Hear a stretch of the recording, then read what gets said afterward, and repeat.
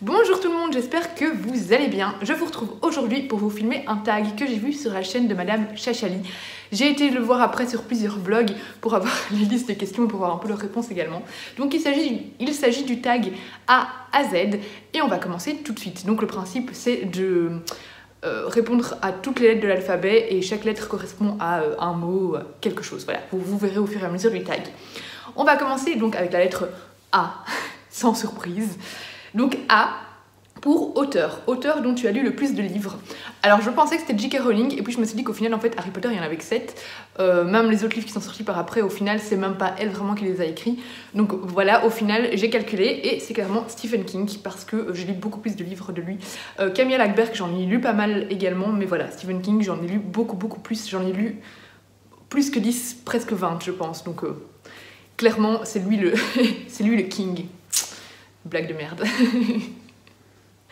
Alors, B pour Best, la meilleure suite de série.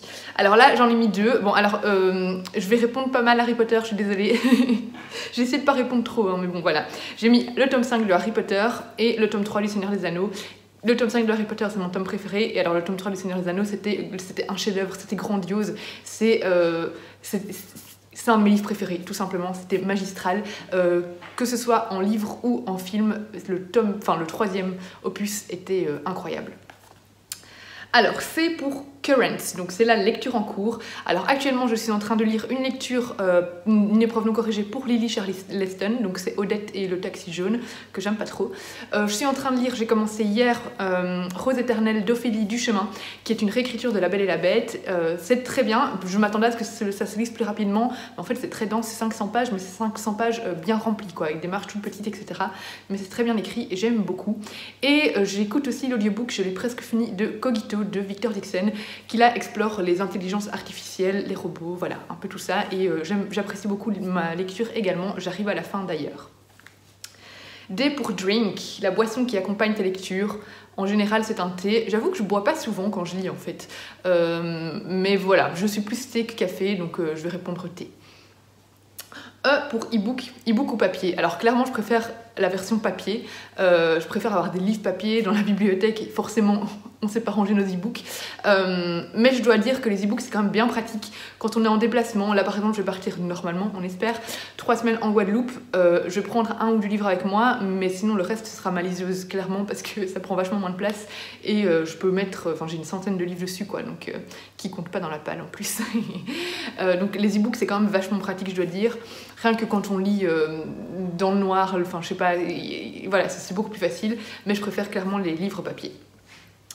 F pour fictif, un personnage fictif avec lequel tu serais sorti au lycée. Alors, on sait bien qu'un de mes crushs, c'est Sirius Black. J'adore aussi Aragorn, mais j'avoue que par exemple Sirius Black au lycée, il était imbuvable, quoi. C'était un sale gosse, du coup impossible que je sorte avec lui au lycée. Aragorn, à mon avis, il était pas non plus hyper fun.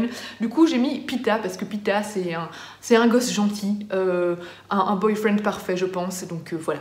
Et en plus, il est fils de boulanger, donc ça permet de bien remplir l'estomac.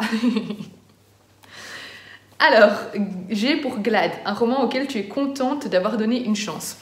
La saga des 7 sœurs, parce qu'à la base, moi j'avoue que c'est pas trop mon dada, il y a quand même de la romance dans les 7 sœurs. Et quand je lisais le résumé du premier tome, je me disais ouais, j'ai peur que ce soit trop cliché. Alors il y a pas mal de clichés, mais au final c'est une saga qui m'a complètement emportée.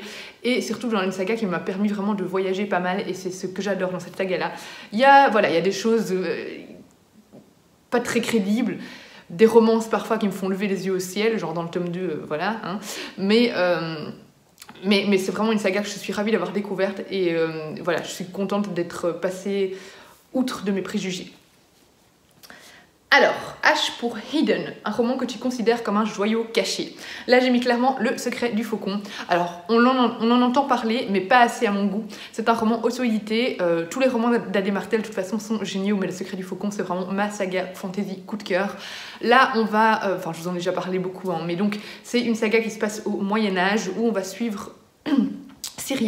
Cyrielle qui a été élevée par des nonnes suite au décès de sa famille, et un jour elle va retourner vivre chez son oncle qui est donc duc, et il est duc, hein, j'ai un doute maintenant. Ah, bref, il est bien élevé dans la royauté. Et elle va découvrir petit à petit des secrets par rapport à sa famille. J'ai pas envie de vous en dire beaucoup plus, mais c'est vraiment une saga médiévale, de fantasy médiévale, qui est incroyable, avec une plume magnifique, immersive. On traverse toutes les émotions. Ade Martel aurait pu écrire la saga de Game of Thrones, clairement, parce que elle n'épargne pas le lecteur. Et vraiment, c'est une saga magnifique que je vous conseille et qui devrait être beaucoup plus vue. I pour Importance. Je dois le dire en anglais parce que quasi tout est en anglais. Donc, un moment important dans ta vie de lectrice. Alors, j'ai réfléchi et clairement, je pense aux rencontres avec les auteurs. Et je pense en particulier avec une rencontre avec Christelle Dabos où c'était dans la librairie Le Baobab à Braine-l'Alleud, une librairie que j'aime beaucoup, ma librairie préférée. C'était un petit moment très intime quand on sait que Christelle Dabos, maintenant, il faut faire des heures de fil pour avoir des dédicaces. Là, c'était vraiment un moment privilégié. C'était pour la sortie du tome 3 de La Passe Miroir, forcément. Et en fait, on était une vingtaine et c'était une heure où on discutait. Enfin, c'était les libraires qui interviewaient du coup devant nous l'autrice. On pouvait lui poser nos questions et puis après, on pouvait signer nos livres. Et voilà, c'était clairement un moment que j'ai beaucoup aimé. Et j'y étais allée d'ailleurs avec Amélie. Alors, J pour Juste, le roman que tu viens juste de finir. J'ai fini Le Chant de l'ours de Nina. Je vous remettrai le truc. Nina Svejcic, je sais pas, c'est un nom... impossible à prononcer. C'est une épopée Veps, en fait. Veps, c'est un peuple qui vit dans le nord-ouest de la Russie. Ouais, c'est dans le nord-ouest de la Russie, et c'est un peuple de un peu plus de 3000 habitants. Et je ne connaissais pas du tout ce peuple, et en fait ici, du coup, c'est une épopée traduite par deux écrivains français, enfin deux traducteurs français. Ce sont des poèmes qui retranscrivent vraiment... les traditions et le folklore du peuple Veps. C'est très important pour eux d'essayer de maintenir un maximum leur langue parce qu'ils sont un tout petit peuple qui sont écrasés petit à petit par les grands peuples et donc les langues dominantes. Et pour eux, c'est très important d'essayer de préserver un maximum leur tradition, leur langue. C'est un texte qui se base sur de la tradition orale et voilà, j'ai beaucoup aimé. Je lis pas beaucoup de poésie, mais voilà, là ça faisait du bien de découvrir un peu de la poésie et en même temps d'élargir ma culture générale avec ce petit texte. C'était très court, hein, ça fait 140 pages. Alors, K pour Kind, le genre de roman que tu ne liras jamais. Les romans type New Romance avec un gars et une fille qui s'embrassent sur la couverture ou bien des gens torse nu et tout ça, moi je vois à peine la couverture, je trouve ça d'un niais déjà à la base, donc ça je ne lirai jamais. Et de toute façon, c'est le genre de romance toxique, pas tous, hein, mais cliché ou toxique qui ne... Voilà, des romans de façon avec des romances toxiques, je ferme directement. Donc voilà, vous savez déjà à la base, je suis pas très romance, mais alors dès que c'est des couvertures comme ça, ou dès que c'est des romances hyper clichés, niaises et tout, c'est pas possible. Sauf pour les romans de Noël. L pour Langue, le roman le plus long que tu aies jamais lu. Les Misérables. Est-ce qu'il y a moyen de battre Les Misérables dans les romans les plus longs? Je ne sais pas. Mais oui, clairement, Les Misérables de Victor Hugo. M pour Major, le roman qui t'a causé le plus gros book hangover. Un trop-plein livresque. Ils veulent dire par là le fait qu'après on n'a pas su lire autre chose par après. J'ai jamais eu ça. Donc je ne sais pas répondre à cette question parce que... Bon, après, j'avoue qu'après la saga Harry Potter, c'était dur de... trouver quelque chose à la hauteur, mais j'ai continué à lire après et non, j'ai jamais eu de panne de lecture ou de période où j'ai pas lu à cause d'un autre livre.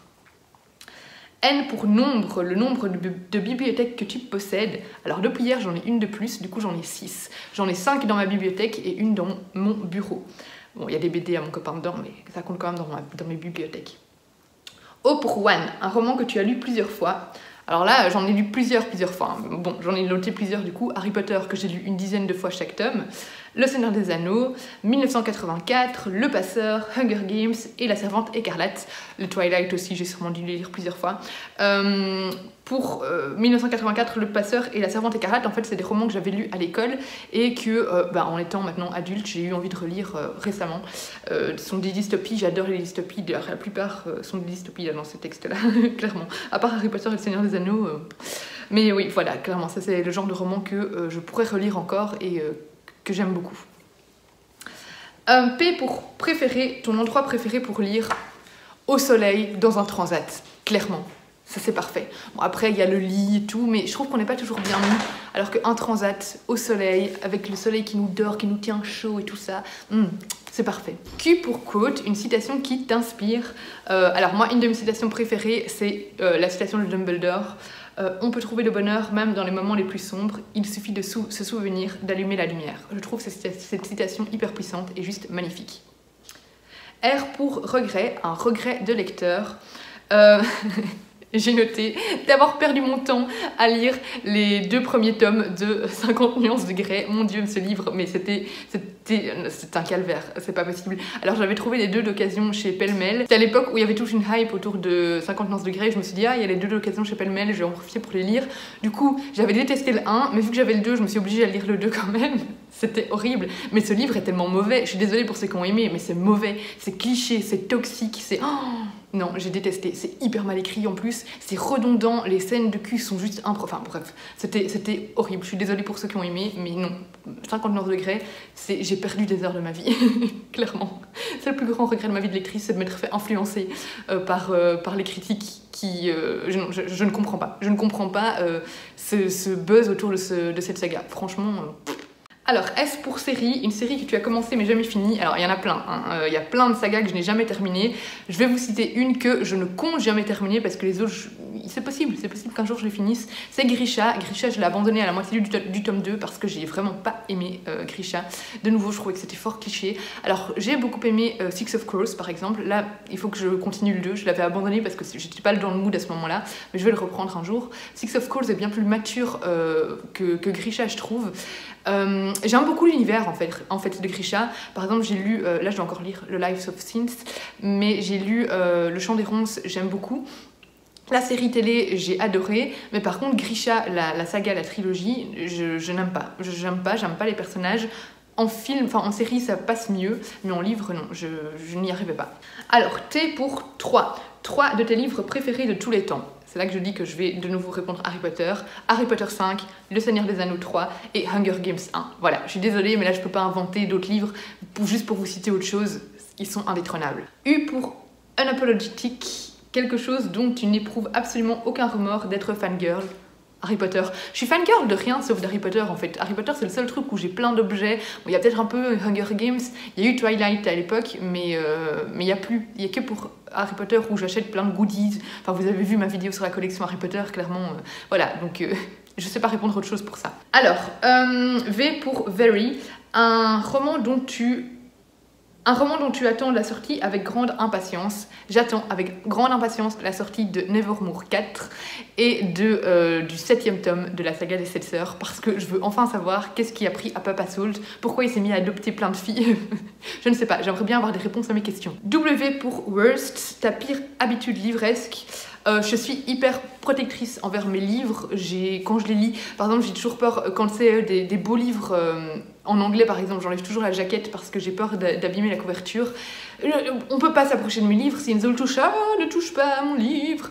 Voilà, je suis hyper. Alors, pas avec tous, mais quand même, je suis hyper stricte et c'est pour ça que j'aime pas trop les prêter non plus, surtout les livres que j'ai appréciés parce que voilà, j'ai peur que les gens les abîment. Mais voilà, je suis hyper protectrice envers mes livres. X pour X.